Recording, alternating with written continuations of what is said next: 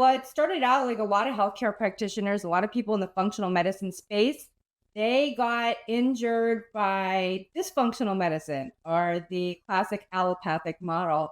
I took an antibiotic when I was traveling and I got sick and I went to an urgent care and I was given, it was the newest, greatest antibiotic. They gave me a 10-day supply and I was really sick. I developed all these food allergies. I thought I had Crohn's disease. Oh, I ended up having to take like 3 months off work. In the US, we call that an FMLA, a Family Medical Leave Act. You get to take 3 months off and they'll hold your job. I got really sick. And so I started my own healthcare journey, just trying to rehabilitate myself. This was 22 years ago, back when we had to like read books. We didn't have Chat GPT, or we didn't have Dr. Google, or we didn't have all the social media influencers giving us ideas. Like now all you have to do is type in a hashtag with your symptom and you'll find 10 influencers that will give you some idea of what might be happening, right? That's how we do medicine these days. So fast forward, I went to school as a physical therapist. That's a 7-year doctorate program, just like a chiropractor or dentist, not as much as an MD or a DO. And I started working in the American hospital system. I really liked the thrill of it. A lot of people don't think that physical therapists work in hospitals. We teach people how to walk again after they've had a life-threatening injury, or like a heart attack or a stroke or a gunshot wound or a traumatic brain injury, spinal cord injury. So I liked that because there was a lot of adrenaline, right? I like working trauma ICU. You start moving people around, their vitals start crashing. It was like, you're on the edge of your seat all day. It's a lot of fun. But I ended up doing a year in oncology. My godfather got sick and I was able to get a job at the hospital where he was being managed for his heart failure. Turns out he had lung cancer and he died within 5 days of his first chemo treatment. Hello, I'm John Brink and we are podcasting on the Brink from downtown Prince George, British Columbia, Canada. And for all those people around the world watching us, and they will say, we know where Canada is, and we heard about British Columbia, and there's a big city in British Columbia called Vancouver. Well, we are 500 miles north of Vancouver, or for our friends in Europe, 800 kilometers. And there is a city called Prince George, about 80, 90,000 people, about 120,000 in the area. It's nature's paradise because we got lots of forests, we got black bears, grizzly bears, caribou, deer, you name it, we have it here, living in harmony with nature. Within 50 miles, we have 100 lakes, and you have to assure me, Sarah, don't tell everybody about this because otherwise they all will come here. But I don't know. I think I have a strong argument. I'm in Miami Beach. So that's another paradise. I got up this morning, walked to the beach, watched the sunrise, had a nice acai bowl, and I'm on the bay side. So my condo overlooks the Star Island, the Miami skyline. We have palm trees. We have lizards. Everything. Yeah, sharks. So for our guest then, and obviously we have a very interesting guest today, Dr. Sarah Doyle. And if you don't mind, can I call you Sarah? Yep, sounds good. Okay, so Sarah is a licensed physical therapist, a certified functional medicine practitioner, a diploma from the American Clinical Board of Nutrition. Dr. Doyle recognizes, and I find this very interesting because I want to read this from your bio, is that our bodies function as an ecosystem, and that the ecosystem, we have to analyze the stress hormones, the sex hormones, methylation, I don't know exactly what that is, biochemistry we'll find out, thyroid hormones, and considering the implications of toxic like heavy metals and a number of other things. All things that I'm extremely interested in because I'm nearly 84 years old. I'm still very young, I should say. I'm still very, very active. I'm concerned about my mental health, physical health. I'm the oldest competitive bodybuilder in North America, and I want to get to 120.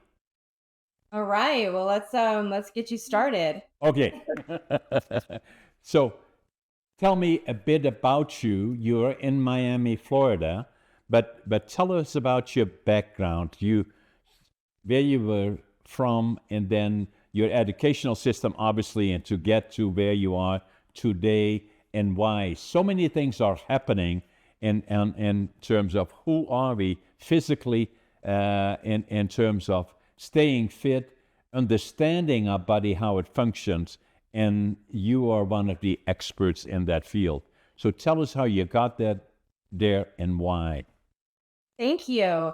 Well, it started out like a lot of healthcare practitioners, a lot of people in the functional medicine space. They got injured by dysfunctional medicine or the classic allopathic model. I took an antibiotic when I was traveling and I got sick and I went to an urgent care and I was given, it was the newest, greatest antibiotic. They gave me a 10-day supply and I was really sick. I developed all these food allergies. I thought I had Crohn's disease. Oof. Oh, I ended up having to take like 3 months off work. In the US, we call that an FMLA, a Family Medical Leave Act. You get to take 3 months off and they'll hold your job. I got really sick. And so I started my own healthcare journey, just trying to rehabilitate myself. This was 22 years ago, back when we had to like read books. We didn't have Chat GPT or we didn't have Dr. Google or we didn't have all the social media influencers giving us ideas. Like now, all you have to do is type in a hashtag with your symptom, and you'll find 10 influencers that will give you some idea of what might be happening, right? That's how we do Definitely. medicine these days. Um, so fast forward, I went to school as a physical therapist. That's a 7-year doctorate program, just like a chiropractor or dentist, not as much as an MD or a DO. And I started working in the American hospital system. I really liked the thrill of it. A lot of people don't think that physical therapists work in hospitals. We teach people how to walk again after they've had a life-threatening injury, or like a heart attack, or a stroke, or a gunshot wound, or a traumatic brain injury, spinal cord injury. So I like that because there was a lot of adrenaline, right? I like working trauma ICU. You start moving people around, their vitals start crashing. It was like, you're on the edge of your seat all day. It's a lot of fun. But I ended up doing a year in oncology. My godfather got sick, and I was able to get a job at the hospital where he was being managed for his heart failure. Turns out he had lung cancer, and he died within 5 days of his first chemo treatment. Oof. So the oncology team really sympathized with me. They always, I ended up working in oncology because I grew close to the doctors, and spending that year working with people and seeing how lifestyle, poor nutrition choices, lack of sleep, not prioritizing your health just leads to the worst thing, right? The C word. And once, people have cancer, you see like their friends won't see them. It's almost like they think cancer is contagious. It really does a lot to their mental health. That's when I started thinking about, I was like, man, I really got to learn functional medicine. I started shopping around for programs then. A year later, the pandemic started. And in the beginning of the pandemic, everybody who had COVID and went to the ER, they intubated them. Remember, they stuck the respirator down their throat, put them unconscious, put them in the ICU. Well, what happens when you have a tube in your throat for prolonged time is you lose your swallow reflex. Well, they can't send a patient home and clear the bed for a new patient. Remember all those things like, oh, the hospitals are overwhelmed. There's bodies in the streets. The media was just going crazy. Same in It wasn't Canada. really that. Yeah. It wasn't that bad where I was, but the beds were full. And in order to send somebody home, they have to learn to swallow. So the speech therapist took all the budget for rehabilitation, which was a blessing for me because I had 4 months off. And I was like, this is great. I jump started this functional medicine program. And I started while I was working on the certification, I started practicing with my friends and family for free. And I was having great success in women's health. In the allopathic medical, what? You want I to say hear something? functional medicine, and that's a term that is interesting because that is not traditional medicine. So explain to Correct. our guests and our friends watching us from around the world, because the same issues are around the world. Tell us about Yeah. functional medicine. What does it mean to the layperson? But everybody is a stakeholder here, so they like to know. It's true. It's very true. Thank you for stopping me. It's also known as integrative medicine, holistic medicine. Some states in the US have naturopathic medicine. It depends on the jurisdiction, but in a nutshell, it's looking at the whole person instead of segregating them into systems. Whereas, like, if you go to a hospital now, you have chest pain, you get evaluated by a cardiologist, and then say you stay there for a couple weeks, you have a kidney doctor, you have a lung doctor, and none of these doctors can really advise on any other parts of the body. They don't communicate with each other. They don't realize that, like I said, your body's an ecosystem. So in functional medicine, holistic medicine, naturopathic medicine, however you want to call it, we look at all the systems. We look at what the root cause is. And we don't just treat symptoms. Exactly. We work towards, like, is it genetics? Is it your environment? Was it a toxin that you were exposed to? Did you get Lyme disease once upon a time and never know it? So, I yeah. love it. That's Yes. exactly what it is. That's the new direction. That's where we are going. That's where we are now. And that's what we want to take forward. Absolutely. Absolutely. Okay, I'm sorry to super interrupt you. passionate. Yeah, yeah. Yeah, no. So I started practicing with my friends in the United States. A regular MD, medical doctor, or DO, they only have 1 to 2 hours of menopause education. Even an OBGYN that is, a women's health specialist, delivers babies, they only have 6 to 8 hours of menopause education. And it's crazy because women spend 30% of their life like this, and they're metabolically different. And men too. As your sex hormones drop, you become predisposed to cardiovascular disease, Alzheimer's, all kinds of problems. So, I don't know if it's because of, like, religion or what, but talking about sex has always been, like, taboo. And so people don't want to talk about sex hormones. Well, sex hormones are about more than just having sex. Men and women need estrogen, right? Exactly. Exactly. And, Yeah. and again, just stopping for a second, sir. That's what I believe. I'm agnostic, so I don't, I'm not involved in all the other stuff around it, other than what is right for us, what is reality, and so all those issues that you relate, including sex, is part of life. And as you go older, I've been there, I am there. I'm still very active, very fit, as you already likely noticed. As I said, I believe in all the fundamentals, taking about my brain, my body, my physical well-being, and the whole package as one. In my mind, the body, amazing body, is very forgiving, but it will only allow so much abuse, or it can only lose so much, and that usually happens in the last decade, technically speaking, of life, and then things go downhill, quality of life disappears, and people give up. That's reality. I'm too old for this, too old for that, and all the other things. It does not have to be that way. Yeah, it doesn't have to be that way. Exactly. Well, you say the last 10 years is when it all falls, but these diseases that people get sick with, they start in midlife. Yeah. So my big push is try to reach as many men and women in their 40s and 50s and get them to start testing their sex hormones early.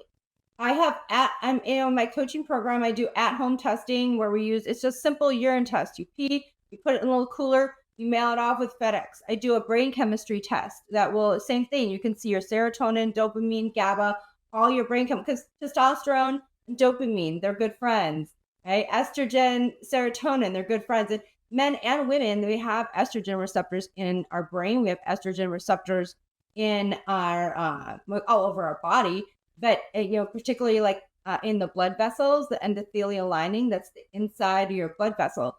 When you drop estrogen, where you're male or female, you lose that protection. And I see that a lot. I get men and women, I test them in their 40s, 50s, 60s, even 70s. And, prolonged toxin exposure that can interrupt the sex hormones, with all the plastics, the plastics are xenoestrogens, the pesticides. You want to say something? What I was going to say, I love you talking about it because I know, like in Canada and the rest of the world. I was born in Europe, in Holland, actually, and so a lot of these topics are taboo, or we don't want to talk about it because that involves issues like sex or personal issues in regards to our body, and so we are careful with that. And the medical system doesn't encourage us to do that, and so they go back to the same old thing. And then when people get hold of it, they have a whole handful of chemicals or medicine, they call them, and Yeah. they scoop it into their body, and it fixes maybe one thing and does damage on the rest of the, so and it's all part of understanding, and those issues that are delicate and that people don't talk about are simply not part of the medical system in our country. And obviously, what you're indicating, the same in the United States. That is all part of this delicate system or body. It's all part of it and a critical part of it. They are all connected. Yeah, exactly. Yeah, it's a shame. And my first book I wrote, it's up there, the blue one, The Thin Formula, thyroid hormones, intercourse, and nutrition. Because everybody wants to feel a little thinner and hornier. I mean, let's face it. If you got a copy of the book at some point that you can show to us, Yes. you pick it out then and show us. So it's available. It's available on all the media. Yeah, this was on Amazon. The Thin Formula. It's a real easy read. It's like 45 minutes. I wrote these before ChatGPT. I love it. So it says on there, the Thin Formula, and it adds to all the. Yeah, I love it. So that's the one. And what is the other one that you showed us? This one's my baby. This one is called the 7X method, and I adapted it from an eating method that I learned in Central America. So in the United States, it's really expensive to go to the dentist. It's like, I was in a car accident. I had fractured teeth, and it was going to be like $30,000 to fix them in the United States. Yeah. And I had friends that are same by us. Yeah. We have friends that are expats in Mexico, Costa Rica, Panama. So I went to go stay with my friend. He's like, oh, you got to meet this guy in town. You guys sound like you're talking about the same stuff. You guys would totally get along. So I meet this liaison for this quantic medicine program where they're healing people using food as medicine. So I don't have cancer killing protocols in here. I don't say that, but they did allow me to reproduce the basic timed eating protocols for disease prevention. So this tribe, they've been doing it for over 50 years, and there's no such thing as calories, no such thing as fat grams. There's no counting. They have 7 food groups, and they correspond to 7 groups of organs and systems, and it's organized by circadian rhythm. And it has to do with the energy of the sun. Like, for example, right now, it's almost 12 noon where I am. That would be the green food group. The green food group would nourish the kidneys, the genitals, your sensory organs, and the foods in this group are mostly green, like lettuce and avocados and, you name it. Organic. Yeah, of course. And then, yes. And then right now, when the sun is overhead, the dominant frequency coming from the sun is the green, the green wavelength. So right. They use spectrophotometry, which is a device that's commonly used in pharmaceuticals and food production. It's how they look at your meat, and they can tell if it's 80% meat and 20% fat. They can tell the difference. The spectrophotometer, they can look and see if the olive oil is from Spain or if it's from Italy. So they use this device to measure the energy of the foods, and it coordinates with their organs and systems. It's very powerful. I was like, well, I was still sick with all those food allergies from the pharmaceutical that I had back in 2002. So I gave it a shot. A lot of my food sensitivities went away. I used to have heartburn almost every night. I used to have to take digestive enzymes with every food. Like, I was destroyed after taking that antibiotic. And within 2 weeks, I never took another digestive enzyme again. I mean, this is shows a little bit more of the book, a little bit higher. Okay. Yeah. So that's available all over as well, right? all the major Yeah. media. Did you do an audio of the books or not? Yeah, this one's an Audible, Kindle, paperback. This one is on Amazon only, Kindle Okay. and paperback. Okay. Yeah, but this is great. It's got meal plans in it. I talk about exercise smarter, not harder. There's a quiz to figure out which way you would be more likely to be compliant.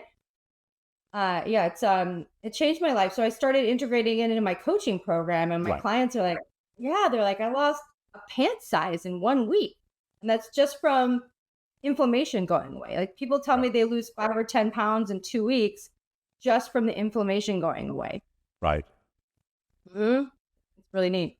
So that obviously is the direction right now. I look in, living in Canada, our medical system very similar in terms of what people do about it, but it's somewhat different because we have universal health care, the same for everybody, but it's discouraged this using independent evaluations that do not fall into that group. There are good things about it in emergencies, but it's not very good at doing preemptive and healthy living. So that is the challenge for it, and people have to find their own way, and then it becomes a question of becoming informed. Yes, exactly. And that's the challenge for us. Yeah. And there's misinformed, right? Yeah. Because people know their regular doctor just isn't educated in nutrition. And so they start trying to piecemeal it together by going on TikTok or going on Instagram. And, they try to like maybe read this book or that book, but they need something to really put it all together. Exactly. So then, correct me if I'm wrong, at least in my opinion, and I'm encouraging these kind of podcasts in particular, where we talk about physical fitness as it relates to all the issues, but basically that, like in my case, I will be 84 November the 1st. I wrote a book about it, actually, that it is so important for me, Living Young, Dying Old. And that's a picture of me, actually. I'm the oldest competitive bodybuilder in North America. I competed, and how did that all happen, John? Is maybe the question. And saying that we all, as you did, get a shock in life that kind of says to us, something, I'm going in the wrong direction here. And so in my case, in 2008, I had a case of diverticulitis. And for our guest watching us, correct me if I'm wrong, I'm not a medical doctor, but if I have pain on my right-hand side, it's probably appendix. If on my left side, it could well be diverticulitis, is the colon in particular. And so I had an infection and it ruptured. And so the toxins go to your system. And then it's critical that if you don't deal with it quickly, meaning within the next 48 hours, it could well kill you. And so I somehow made it to, I was in Vancouver. I have a high threshold for pain, which is not good. It should put you down. And so somehow hanging on by the rails, I got to the plane. I got to Prince George. I went to my doc, who was a personal friend I'd known for a long time.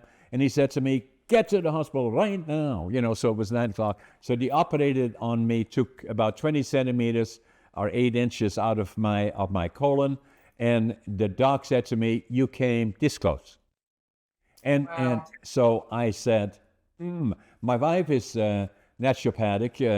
She is very much into diet and food, healthy living. And but I didn't listen quite as well as I could have. I was okay, but not as good as I could be. But then from that point forward, I knew I had to take this serious. And so I did the same as before as other people do. On the end of the year, we all make commitments. I'm going to do this, that, and the other thing. I'm going to get a membership to the gym. And I do that for 2 weeks, and then I can find 100 reasons as why I'm too busy, and I'll do the same again next year. But this time I didn't do that. And so I was already 68 years old, and so overweight to a certain extent, but still very, fairly active. So I got myself a trainer, and I took it very, very serious. And then after I did training for about 6 years, somebody came up to us. I was then 74, and said, Wow. "Hey, John, have you ever thought about competing?" I said, "Me? Yeah." "Really?" Because whatever I do, I give it 125%. If I go to the gym, I go to the gym to train. But I needed somebody there to guide me in the right directions. And so I started then competing in Northern British Columbia, bodybuilding and physique, came in second in bodybuilding, third in physique, qualified me for the provincials, came in third and second bodybuilding and physique, qualified me for the nationals and the Arnolds. And then COVID came. And so today I'm still again now going to the gym, going in training, and I want to compete at the Arnolds in 2025. And, That's and fantastic. when I'm 85, this is the picture. Yeah. And I'm trying to get Arnold on my podcast, so I don't know if you know him, but if you see him, tell him that John said, "I'll be back." Yeah. So the point that I'm making, really, or trying to make, Sarah, is that any age, start early. I agree with that. The earlier, the better, being conscientious of you, your body that is so forgiving and so amazing. Understand that food, diet, sleep, sunshine, all those things are critical. And then coming back to my wife and myself, I became vegan. So where I call myself 80-20. She's a vegetarian, and so, but I'm getting closer and closer to 90-10 likely. Mainly plant-based food. I'm very careful about what I eat, that it is organic for one. And the amazing thing, I do all the shopping. If I go shopping, and I go through the outside of the store in particular, because I do not go to the center aisles that mainly have processed food. I have no idea what is in it. So I need to see what is in it. So what I do is, I go to the gym regularly. I'm obviously in good shape. But what it is all about for me is to stay mentally active, physically active, and then get enough sleep. And then, quality of life is what counts. And the reason that I wrote the book, Living Young, Dying Old, is although I'm nearly 84, but that's not what it is about. It's about quality of life at any age. And it says that age is really just a number. The more proactive you are, the better the quality of life. And mine is still very, very active. I get up even now every morning at 5:30. I always make my bed, and I always think I'm late. And so I still am very active. I'm a very active podcaster. I have 10 different companies. It's not about my success in companies. That's not what this is all about. But what I'm saying is I'm still very, very active. I work still 50, 60 hours a week, and I love it. And then I go to the gym. I stay active, and then and what is exciting to me, the world is changing because of one of the things, podcasting, where you and me are talking about things that are so critically important to quality of life, not only in the younger years or the middle years, but also in older age. It is possible. It can be done. I'm nothing special.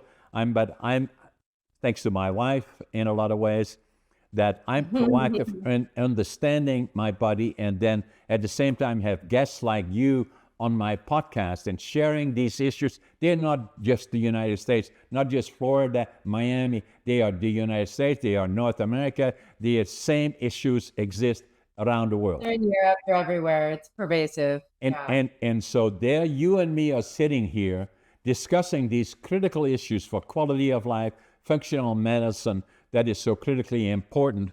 And then while we are talking back, you and me, you all the way in Miami, Florida, me sitting in Central British Columbia, and there, the other part about it, that shows you how, not shows you, but in a general sense, how powerful media is, in particular, the virtual media from around the world.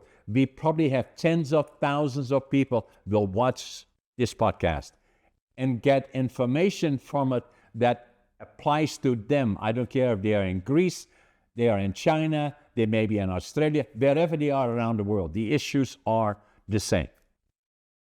Well, absolutely, and that's what I want people to know. I coach people from all over the country. Now in Miami Beach, there's a biohacking community. There's no shortage of people like me, but most of my clients come from rural areas of Texas or New York or other places where they have to drive hundreds of miles to see a naturopathic or holistic doctor.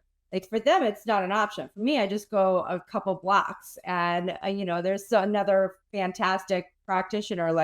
That's really important that we can share the message that there are good programs out there. I'm more of concierge. I only take 20 new clients a month. There's some other bigger ones out there. Some of my competition, like 10X Health System or My Life Force or Rebel Health Alliance. I was listening to one of the co-founders of Rebel Health Alliance. He's a Harvard doctor, and they were talking about how muscle, like skeletal muscle, is being reclassified as an organ system because of the power that it has to, it's the number one anti-aging thing you could possibly have. There's no special cream. There's no stem cell infusion or any, I don't know if you follow the guy, Brian Johnson, who's trying to reverse himself, the guy who was part of PayPal. And he spends millions of dollars every year reversing his age, his chronological or biological age. And so anyways, muscle is the number one thing you can do because it has all these anti-inflammatory cytokines to help your body stay young and repair itself, for sure. The number one thing you can do anti-aging is build muscle. And if you're having trouble, then, like what we do in my program, we look for metals, we test for thyroid, we test for, yeah, exactly. Yeah, all the muscle. Exactly.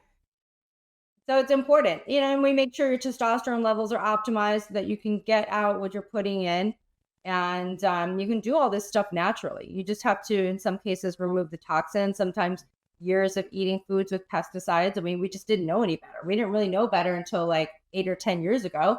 I ate everything that they put in the grocery store. I didn't know. I was eating all kinds of garbage.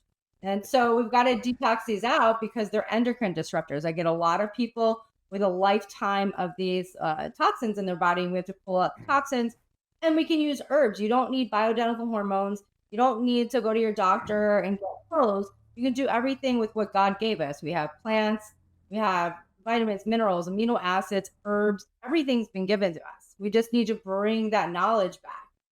On the other hand, Sarah, you and me know, and everybody knows that is in the field and proactive in understanding it, medicine is a racket. And in particular, making medicine by the handful. And the more confusion there is about it, the more you get to the point of selling more and more of the same old thing that really doesn't address the underlying issues. And because to a lot of people, it is so confusing that they say, today I'm told to do this, that, and the other thing, and tomorrow is something else. And really, it is not overly complicated once you stay to the basics, but there is a lot of money involved, quality in life that everybody aspires to. We all want to look reasonably good at an older age and maintain the youth and all of that stuff that we do, and or makes us still saying, oh, he looks good or she looks good, and the same applies to the males as well as the females. They are conscientious of it. But in terms of what do I do to stay fit? A lot of people ask me about that and saying it's not complicated. To get sunshine, make sure to mentally stay active, get sleep, eat quality food, and then make sure your body, that you keep your body active, preferably strength. But if you don't do anything, start walking. Makes it simple, and you will see the results. Think about quality of life in terms of what do you put into your body in terms of food. Understand what it is. Plant-based, in my case, and being vegan and my wife vegetarian has served us well. And then from there, and understanding it is very, very critical. And that's another part for me. That's why I'm so proactive in my podcasting, talking to experts like yourself in terms of quality of life and the changing of understanding what it really means, this body of ours, and how do we keep it fit and healthy. Absolutely. You mentioned some things, sleep. So this whole principle of this healing center that's been in existence for over 50 years, it's all based on circadian rhythm. So if you are not going to bed, you're closing your eyes at least around 10 o'clock and waking up with the sunrise, you're throwing off everything in your body. And if you think of dis-ease, it's the miscommunication in metabolic systems. Well, how does our body communicate? It communicates through chemicals, through energy. It's like the periodic table. So having the first thing you got to do too is it's nutrition, but it's sleep. If you don't sleep well, you don't train well in the gym either. You don't recover, you don't prepare. It's having muscle mass and having good sleep are like the two best things you can do. And then nutrition, of course. And then what I do is I usually sleep 8 to 9 hours a night. That's what I do. Fantastic. And then Nice. I get up at 5:30, and then I'm active. I go to the gym, and do all those kind of things, and quality of food. And then the other part that I believe is very, very important is your stay active mentally, so that keeps you active. That it is not when you are, and there has been a lot of news about that, mainly on the political side. I'm not involved in politics, although I watch it, with amazement a lot of times, actually. But, so that if you're 80 doesn't mean that you're done. You're not. There's no reason for it. I'm still very, very active in podcasting, probably top 1% globally of podcasters. And every time that I interact with somebody, it's a challenge. It stimulates my brain in terms of understanding the world better. And that does not mean that when you're over 80, the brain doesn't function anymore. It's no different than Absolutely. your body. Treat it well, keep it active, and it helps quality of life. Yeah, absolutely. I see so many people just go downhill when they retire. They work their whole lives and then they retire at 65, 67. A year later, they have a massive stroke or they start showing signs of dementia. You have to stay active, your body and your mind. Absolutely. It's the way that we were designed. We weren't designed to be comfortable. We were designed to be challenged. Or to lay on the couch, so they and watch TV. No, we were not. Like my grandparents, they worked from dawn to dusk. They went to bed when it got dark, and they got up when it got light. And then they worked all day, and that's what they did. Then the only time they went to the store is to pick up salt, sugar, or spices. Nothing else. The rest they grew. They had a cow, they had a goat, and they, that kind of a setting. So and the water came out from the ground with a bucket. They picked it, and that's how it worked. Very, very, very simple. Before it was poisoned with pesticides and phosphates and God knows what else. But the beauty today, Sarah, from my perspective, is that more of the information is getting out. Conversations like you and me are having, and I frequently do that on our podcast, although we podcast about all kinds of issues right across the board. I like that part. I've done close to, between hosting and being a guest, close to 500 podcasts, and I like it. It keeps me active. But more than anything else is that having people interacting with us from around the globe. And the more I do that, the more I find and understand that the issues are all the same around the globe. And the other part about us is here in North America. I was born in Holland in 1940, and I still remember well when Hitler, the dictator, Wow. tried to take over Europe. I still remember my dad was drafted into the Dutch army in April of 1940. I was born in 1940, but I had already a sister and a brother, 1 and 2 years older than me. And my mom and dad were married when they were 30 in 1938. When they were young, they were in love, and my dad was building a career, and they were the happiest people in the world. They had this small house they rented, and very quickly they had a boy, and then they had a daughter, and then I came along, and they were happy. And then the world changed. My dad was called into the Dutch army, and the last they heard from him was when the bombing of Rotterdam. Thousands and thousands, he was there in the middle of it, thousands and thousands of people were killed. It would take 5 years before we knew if he was still alive or if he had died. So it was my mom alone, pregnant with me and 2 other kids, trying to make a world through the war. And again, there were lots of people around her, but everybody had the same issues, the same problems. And the first thing that I remember, 1943, forward when the Allied forces were bombing the German infrastructure that was building equipment. I was born in northeastern Holland, within 10, 15 minutes from the border. And my mom in the nights would take us outside to the hundreds of bombers overhead. I can still hear the sound of I will never hear it again. Hundreds of bombers. The reason that she took us outside, because she felt safer outside than inside. And in the distance, we saw the cities burning.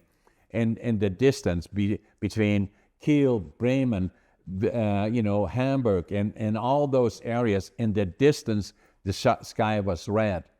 And then Wow. I still remember as a little boy, the winter of 1944, 1945, they had cut off all the food to Holland by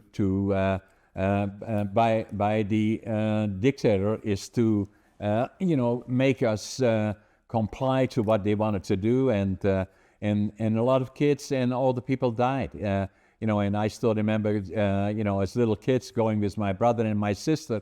Every morning we would go with gunny sacks into the railroad yards, pick up anything edible and burnable. The reason that we did as little kids, because they wouldn't shoot us, they would put us one, but we'd be back the following morning. And then saw Wow. far too much that we should not have seen.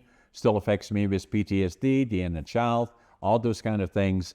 And then we were liberated by the Canadian Army, April the 12th, 1945. And by the Canadian Army, and that made such an impression on me that even at nearly 5 years old, I always knew I would go to the land of my heroes, Canada. And so initially I was going to go when I was 17, and my parents wouldn't let me. And then I finally went when I was 23. I left for Canada, and I've been there ever since. And then ended up in Central British Columbia 60 years later. The point that I'm trying to make is this one: how fortunate we are. I do a lot of traveling. I do a lot of business, even in the United States, and I fly a lot in commercial planes. I'm also a pilot, but But if I sit in the commercial plane, I always sit by the window as I go through North America, including the United States, and I look outside and I say, "It's paradise. It's how lucky we are." And if you look around the world in Eastern Europe, the Ukraine, and we look in the Middle East and all those other areas, compared to where we are the luckiest people in the world.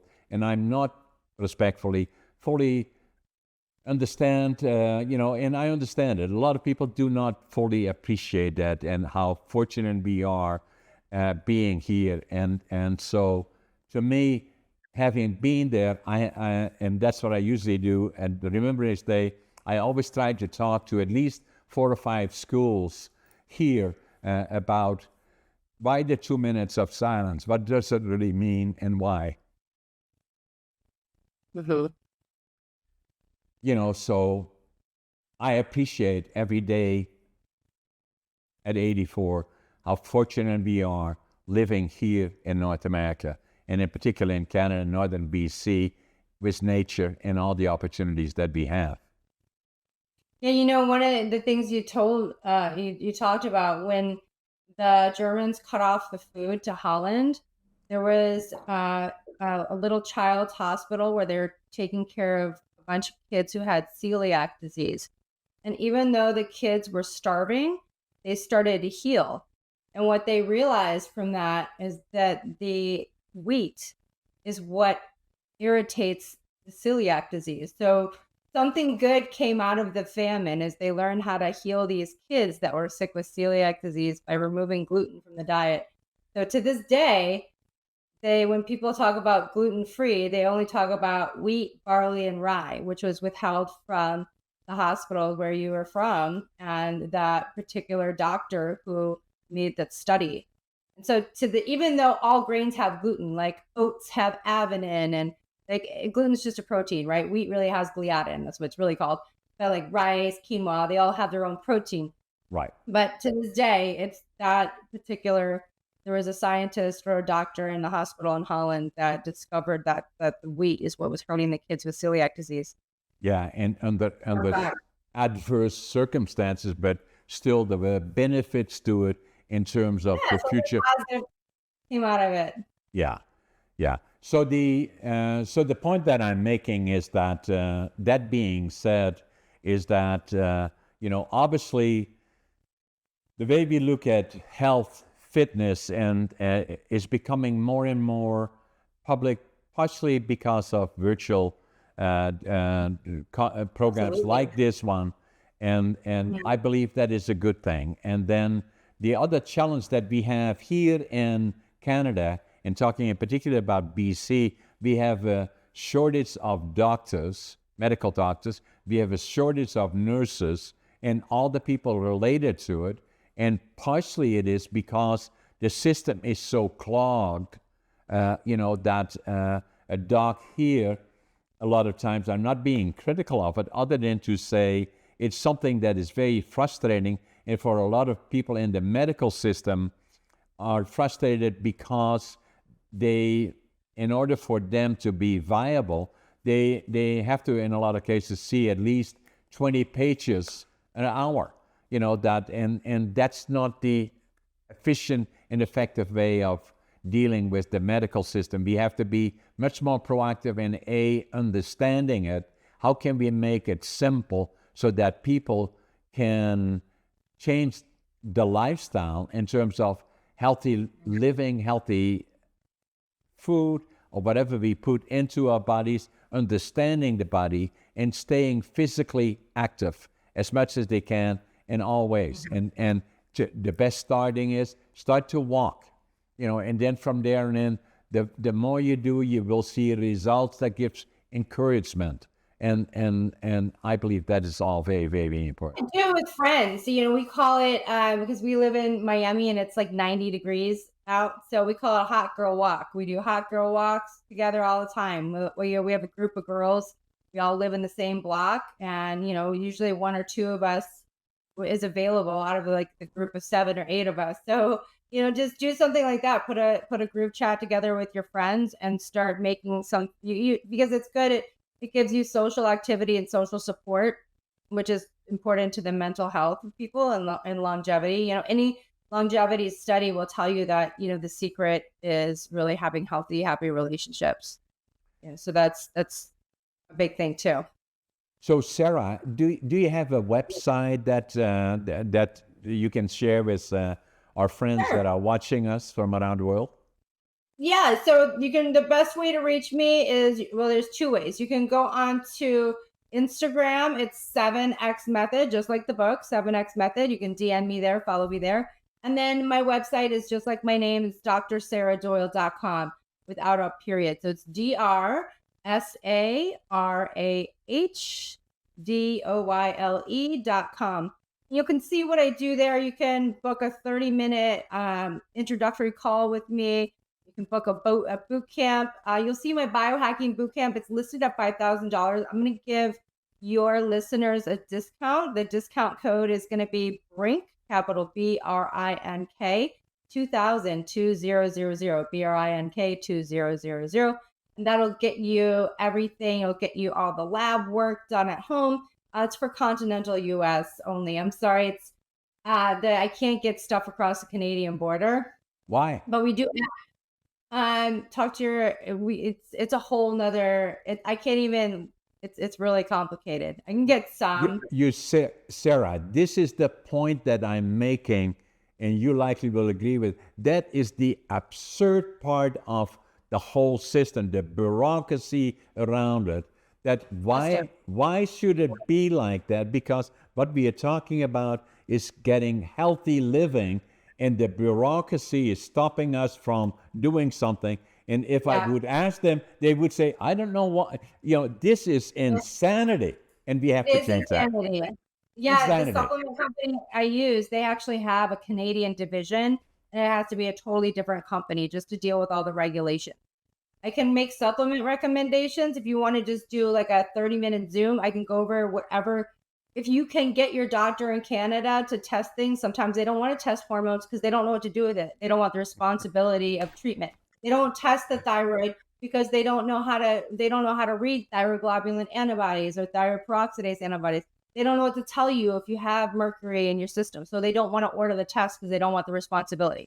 I mean, that's what we run into here. That's why I do everything at home. I just send it to your home, the urine test, you do your sex hormones, stress hormones, brain chemistry, thyroid, and we start from there. And, so you get all that. I do a mastermind every Tuesday where I teach on a topic and we open it up for Q&A. I have an app with online courses so you can educate yourself with research-backed strategies, because you never know what you're getting. You're getting little pieces and snippets on a YouTube short, so if you're tired of trying to piece it together, you can, download my app and get my online courses. So there's a lot of different ways where you can help yourself in everything. Me, because I have to do it research backed, right? So I have to publish papers, That is the amazing part about, Sarah, our virtual podcasting that we do, you and me having a discussion about these critical issues that affect everybody around the globe. What I'm trying to do in my podcasting is to make people aware around the globe. And what I found is that there is an immense amount of want and need for information and so I'm starting a platform probably in the next 2 months that will address many more of these issues to go even broader. That's what I'm doing. So I will because people want the information. And then the problem is the healthcare system, they've made it so that they think people are too dumb. They think people are too dumb to understand. And that's the way they've treated people for decades. And it's got to stop. I'm going to stay in touch with you about that and about my platform as to what I'm doing and going forward. So that sounds amazing. I'd love to help more people. And that's the objective. Dr. Sarah Doyle, I thank you for being a guest on my podcast. And for all the people that are watching us around the world, to have conversations like this is what we're doing. Sarah does, I do, and do more of it. Subscribe, encourage us to do that. Subscribe to our podcast, both Sarah's and mine. Like it, share it with others, comment on it, and we do more of this and go beyond. Dr. Sarah Doyle, it was a pleasure to have you on my podcast. Let's make sure we stay in touch, Sarah. I'm going to send you copies of my books, actually. I didn't even get to show you all of them, but I will send you copies of it. There is 4 of it. I work on 2 other ones. I'm going to send you copies of it. I'll get Scott to get you out there. Okay. Yes. Sarah, we'll stay in touch. Thank you again for being on my podcast. I love it. Thank you very much. Thanks, John. Take care. Bye-bye. Bye-bye.